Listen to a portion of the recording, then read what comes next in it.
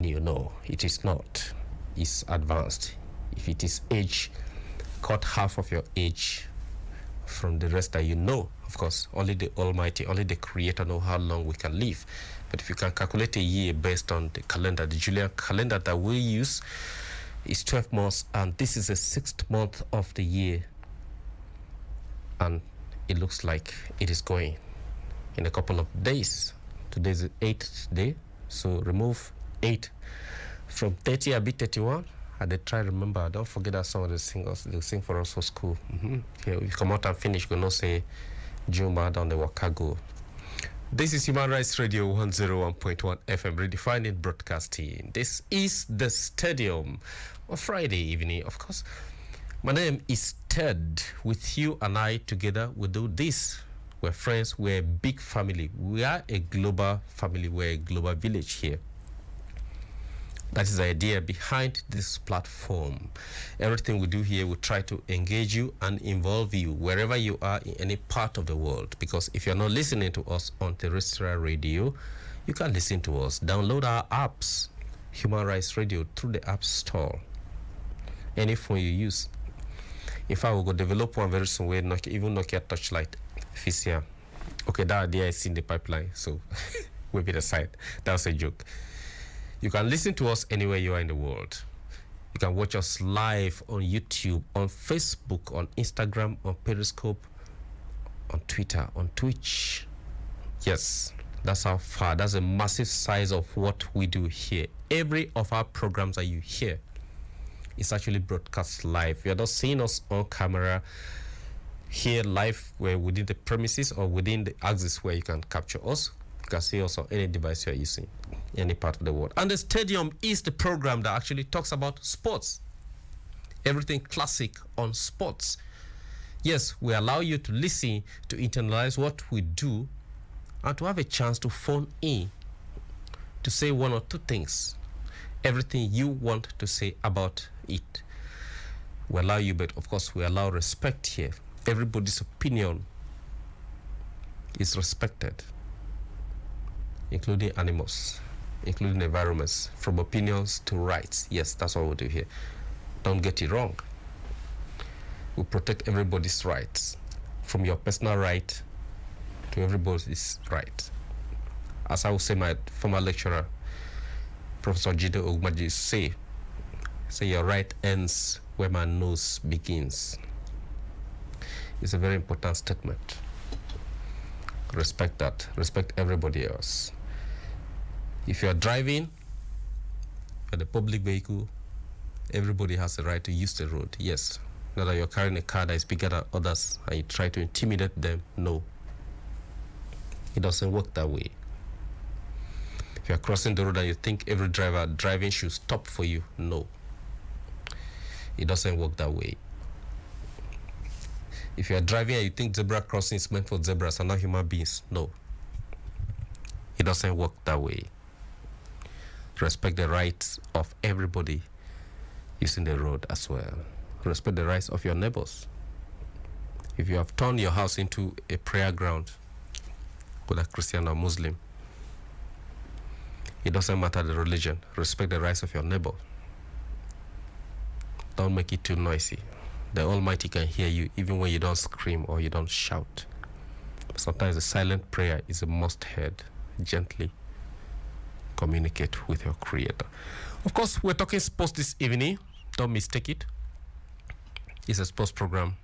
It's not about rights of anything, anybody. But of course, as a human rights radio station, the very first radio magazine program on sports, yes, that we have in Nigeria.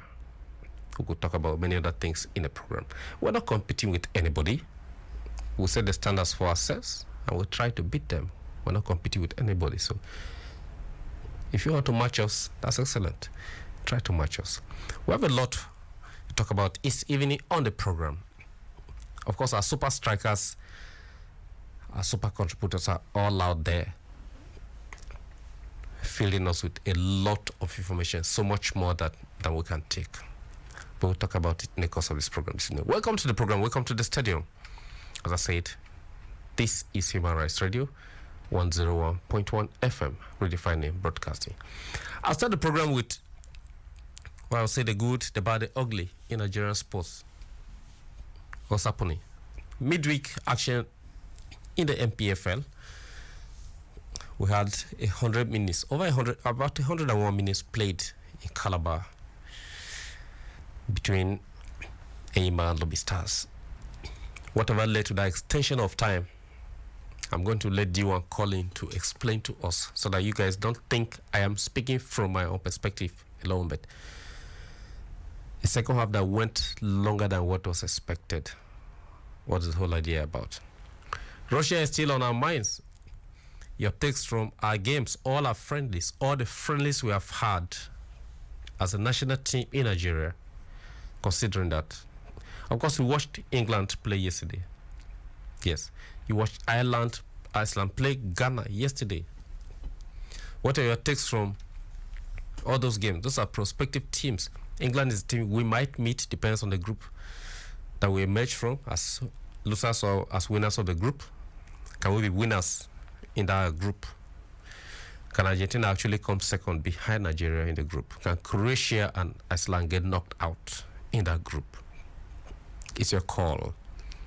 And Iceland chose Ghana to play as an opponent, trying to understand the African football. But do we play the same style with Ghana? I don't think exactly. I don't think we do. I think we have different patterns.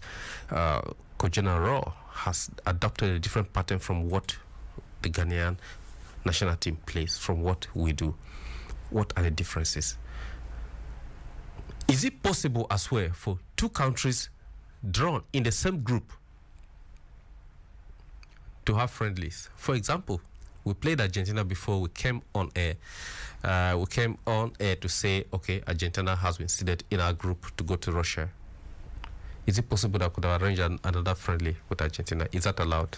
Somebody asked me that yesterday. We joked about it, but if Abuchi and I joked about it yesterday, that of course the FAs can go around to fool around and talk about that. It is possible that could be done. But much more than that in the world of football. Something is brewing, something is going on. I'm talking about Ghana because a lot is going on in Ghana. There has been what we call, not controversies, but a lot of crisis in the Ghanaian Football Federation. Why? The FA chairman has been inducted in some horrible, what they call back kicks. Yes. An undercover journalist has been able to get enough evidence and information to indict the Ghana FA chairman of corruption. We spoke about that on this program over and over and over. What did he do? He has taken a lot of... It's a lot of money. If you consider recession in Nigeria now and partner that or compare that with what he took, you know it's a lot of money for what they call kickbacks or some kind of what they call it now. All right, okay, help me make I help you. Oh, you make I use Nigerian language. Help me make I help you in sports. Bribe is I didn't want to call bribe actually, but well, it is part of what he did. For sponsors who wanted to sponsor the Ghanaian Football Federation, and the Ghanaian Football Federation has come out to say they are on top of the situation. They want to make sure that they get everything right. So, a 2-hour documentary that was publicly viewed by the public, yes, after the FA had gone through it over and over again, and they felt the pressure from the public and everybody, they felt that it was time to let it go.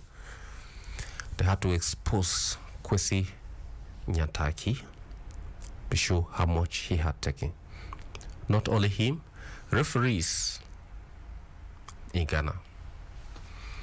We spoke about it here. Coach Aminu was here a lot of times. We spoke about bribery in Nigeria. Not just bribery in Nigeria, but in Nigerian sports, especially football, where referees are hosted by the state FAs, and the teams are owned by the governors of the states, apart from the very, very few teams that are privately owned. they come in, they're hosted by the FA chairman of the state, who is the state chairman of the Football Association, who is actually sponsored and paid because he's a staff of the state government. But how you want to take it, that's who he is. Hosted and taken care of, and the referee has to be grateful. That's why you see late penalties. Very, very late. A game goes goalless draw, and the home team needs some win. In the 87th minute, you just need one player who is daring to get into the box and do what Sergio Ramos did. Sergio Salah kind of arrangement. As long as you get within the box, it is pointed to the spot by the referee that this is what my very good friend, my very senior in broadcasting, Arafat Aliyu, used to call Kale. Yes, it becomes a Kale. We thought the corruption was much more in Nigeria because we thought some other leagues around the continent were better than us. But I think the administration led by Shehu Diko started changing things in Nigeria sports. And gradually, we have gotten our hands a little bit off the dirty sheet to that clean sheet. Now we do have issues coming up in other countries. In Ghana, this is massive. These guys have been filmed collecting money in hotel rooms where they are lodged before games. Yes. Yesterday on the stadium, Buchi and I spoke about a Croatian big man, like big man in sports. I don't want to compare him to anybody in sports. If I call a name, somebody might be offended, but let me let you know that in terms of football in that country, he's huge. Indicted in terms of bribery in sports. Ghana is into it now. And it's embarrassing. This is a World Cup here. We're heading there. Okay. Just that we thought Ghana has had this mess and we're getting over it. When I got the whole thing from Kenya again. We're complaining about the fact that Nigerian referees were not going to the World Cup because just like England, maybe for one or two reasons.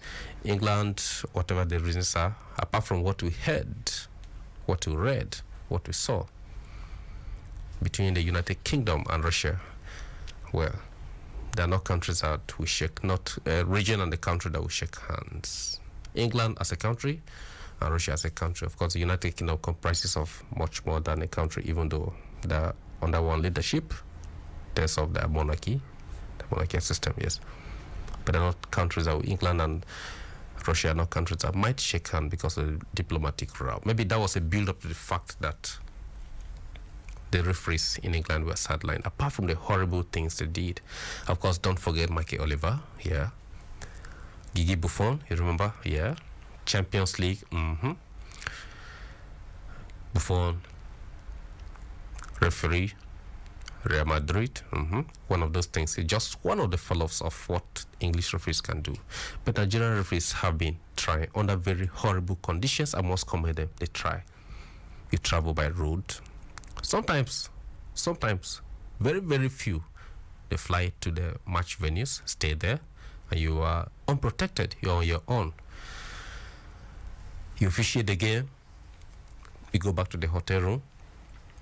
Sometimes you are guarded, sometimes unguarded. Sometimes you have to leave the state that you officiated that same evening to get out of there.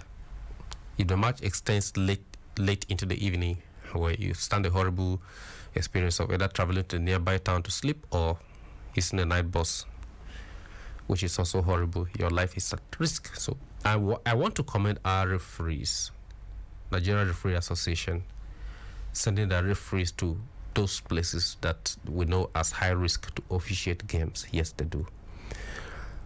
So you don't go extremely to blame them for taking kickbacks sometimes. Yes, it's wrong. It is very, very wrong to collect bribe for something you are officially supposed to do. Where's your integrity? Yes, but sometimes they're pushed to the extreme to do that. In Kenya, it's a different story, right? It's not the entire Kenya Football Association, but the embarrassment has come on us Africans. A Kenyan referee that was supposed to go to the World Cup considered better than Nigerian referees that we have here. I don't want to call referees names here on this stadium. I will call, like, at least off my head, I can call up to 35 Nigerian referees that are credible, that I have personally watched their performance, and I could tell you from the top of my head, these are people that if they go to Russia, they'll be better, they'll perform better than referees coming from countries like Burundi that have lower leagues than us. Yes. Let me not call other countries so that it doesn't sound diplomatic that I'm insulting other countries. But we have a very strong league in Africa, and those referees are qualified to have gone to the World Cup. We don't have them going. We have a Kenyan referee who had the chance to be there as an assistant referee. But video evidence showed and proved that he had collected bribes in some games he was assigned to be in charge of. Bribes ranging, so much money. You'll be embarrassed if I call it. But is that worth his reputation at the World Cup? Is that worth the reputation of his country as Kenya? Is that worth the integrity and the reputation of Africa as a continent? No, it has meant our sports. You collect 2 naira for something where if you want collect bribe at all, go for 2 million, not be 2 naira.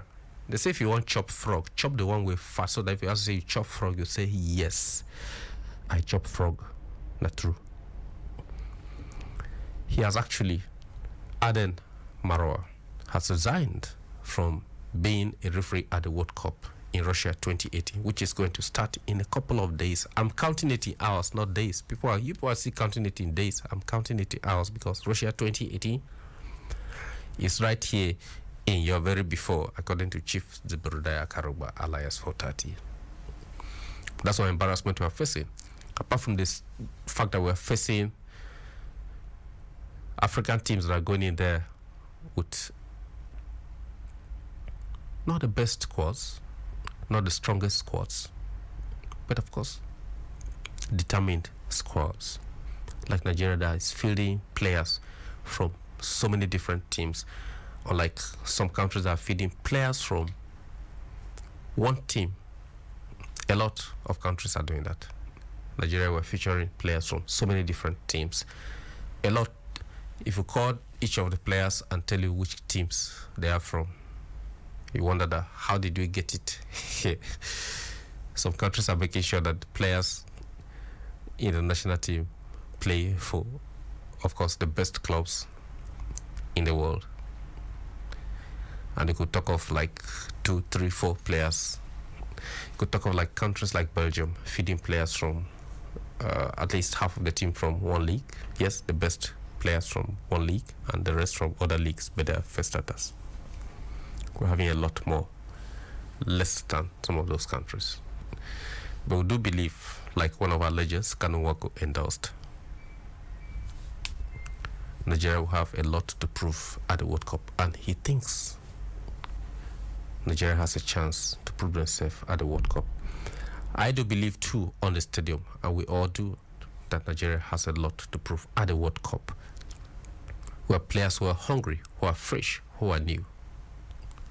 And I think our new system has generated that, because we have players who are coming from under 17, under 20, under 23 Olympic groups that are into the team now, as we used to have back in the days, as far back as 1998, 2002, 2010 and 2014. We have a lot more now. A lot of the players that you would love to see in the Super Eagles are from some of those very, very, very, very, very underage groups that came through the ranks to get onto the senior team. I'll give an example. Ikechukwu Ezenwa, our keeper, who is probably now almost under Francis Zoho. Anyway, we don't know who the coach might start. Forget who has kept most in the friendlies and the qualifiers. The coach might decide to switch. It happens that way. Ikechukwu Ezenwa played under 20 in 2007, under 23 in 2016. Yes. So don't be surprised. Daniel Akpehi, who is there under 20 and 2005. Francis Zoho, you might think he's fresh in Nigeria. No. Under 17 in 2013. Yes, he was there. So our young players are coming of ranks. Kenneth Tumero, one of our defenders, under 17 in 2009, under 20 in 2011. Shehu Abdullahi that all of you love to see play because when Shehu is in his form, he shows you what football is made of. Try to encroach that back line. He will ramos you down anyway he does it, right? So under 20, under 23, he has been through those ranks. Edison Echejile, same thing. Under 20, 2007, he was there. Okay, of course, remember Mike and Messi played together. Now, don't forget, okay? So you think Mike and Messi are not the same power? They were. Yes, they played together. In fact, Mike was scoring as much as Messi until Mike met Mourinho. So Mike, Messi, Mourinho, this MMM. Okay. I don't know what happened. So Mike was sent to go back to start doing defensive jobs. But as far back as that point, Mike was a massive person like Frank Lampard up front, supporting the strikers and scoring. Mike and Messi are mates, so in terms of football age, they are mates. We talk of the other age and not get their best certificate, So Mike has been through under 17, under 20, under 23. Ogenyo Nazi under 17. Wilfred Ndidi under 17, under 20. Ogenekaro Tebo under 23. Odion Igalo under 20. Ahmad Musa under 20, under 23. Kelechi Iheanacho under 13. Yes, we do have. Under 17, under 20. All those players that have been through those ages. At last, I would say we are preparing for the next World Cup, Qatar 2022, with massive stadia all spread around the country in Qatar. Maybe the next World Cup after that one. Morocco is bidding for 2026. Maybe after that, Nigeria will bid. If we get things right, and we can ask FIFA to come and assess our facilities and see if we can host the World Cup. Don't get it twisted. I'm not castigating anybody on the program today. I'm not blaming anybody.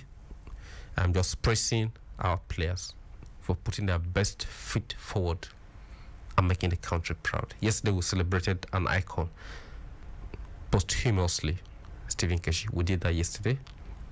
We will not forget him. And I hope our players are going to the World Cup take a cue from that and feel I can give the best for my country and let me be remembered. Let me be remembered when I am long gone with the Almighty, when the Creator himself has called me to come and join him in heaven and in paradise where he stays. Let me be remembered for the good things I did, and let my generation, let the people I leave behind be celebrated, be appreciated because of my lifestyle, what I left behind. I'll take a short break on the stadium. I'll come back. I'll pick your course on the program. Stay with us. We'll be right back. Allah.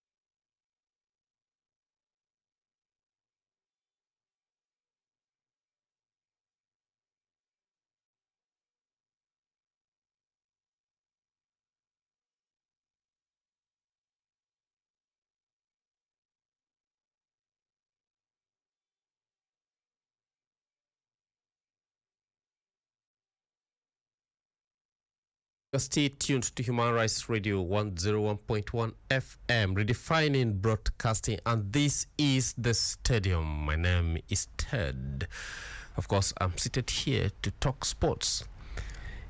With you and I will make a team. You have a chance to phone in if you have any contribution on the program as we move on this evening. 08189991011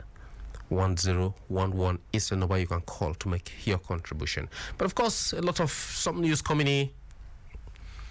Cristiano Ronaldo's mother has opened up on his son's aspirations, not as a footballer but as a family man. I have a call on the line. I'll give you details, okay? I think it's dropped. Because the current girlfriend that Cristiano Ronaldo has, don't forget, he wants to have 7 children. So far, the number has not completed. He wants more. And the mom thinks the current girlfriend, Rodriguez, is the right person for her as a daughter-in-law, because according to her, she has had problems with all his former girlfriends, and that's a cause of concern for Cristiano. But the mom, whom he is fond of because of his alcoholic father, he's closer to the mom than the father. She thinks it's time for her son to have this woman as a wife. Why? She thinks he needs some stability in his life other than just regular football. He should have somebody around him to stay and probably, maybe advise him. Maybe in the kitchen, maybe in the other room. Depends on where they find themselves. She has endorsed Rodriguez as, because his current daughter, the last child he has, is with Rodriguez, who is actually been around him for a lot of times. We see them at a lot of events together. Yes, he's all ashamed of her. He's proud of her. They see them together. People see them together. The press captures them. Very private moments. He makes personal videos and posts them online. The other way around, Gareth Bale is planning a wedding to the mother of his 3 children. But the problem here is the fact that even his family doesn't know the date and the venue. He's keeping it as a personal secret. Yes, Bale, the Champions League winner for Real Madrid in this year's Champions League in Kiev. Of course, that will not make you forget careers. Yes, forget that he had concussion and something's happened. But Bale was the superhero that day. As a sub, he came in, scored a bicycle kick, better than what Zidane did back then when Madrid won one of their best Champions League trophies at all. And he had a long-range shot that the keeper misjudged because he missed his leg. Let me pick this call, and I'll get back to you. Good evening. All right, so Bale is planning his wedding. Even his family. He and this lady have been friends for years. For a lot of years, they've been friends. They have 3 children together. You know what happens out there in Europe, right? And it's common.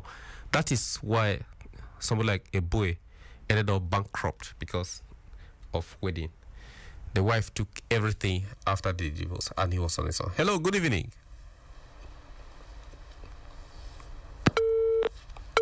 All right, don't call us back before we wrap up on the program. 08189991011 is the number. So most of these stars don't want to get married because of contracts.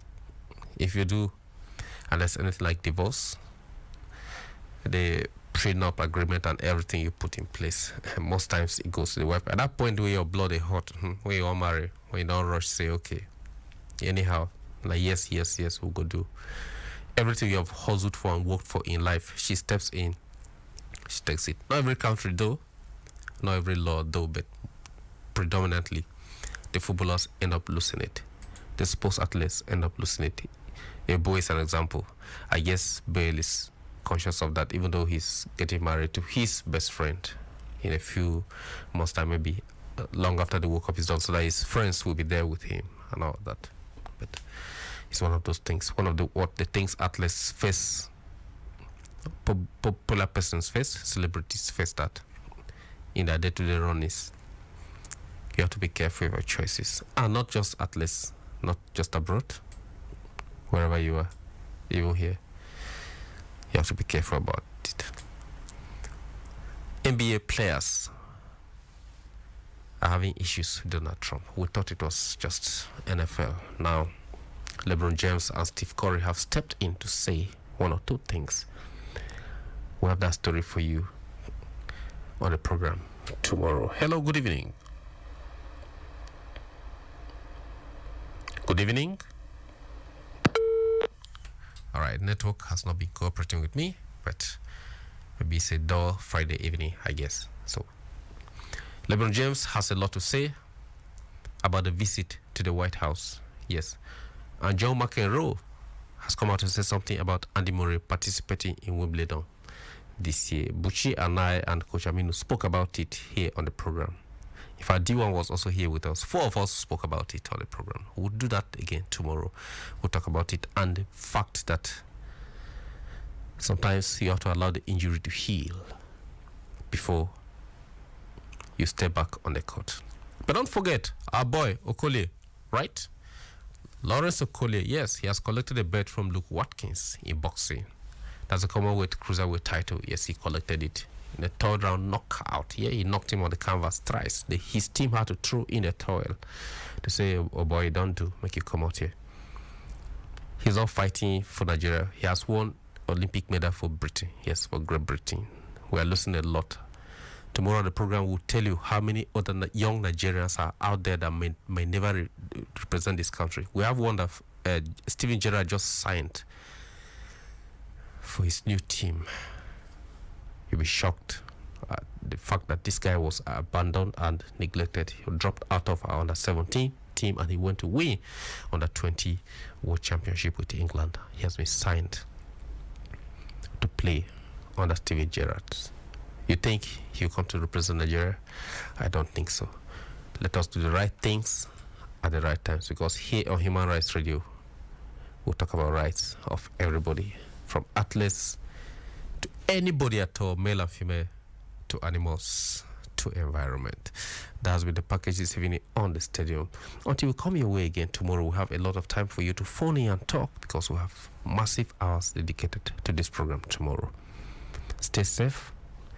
Be good to your neighbor. Don't look for trouble, so that trouble will not look for you. I say good night. My name is Ted.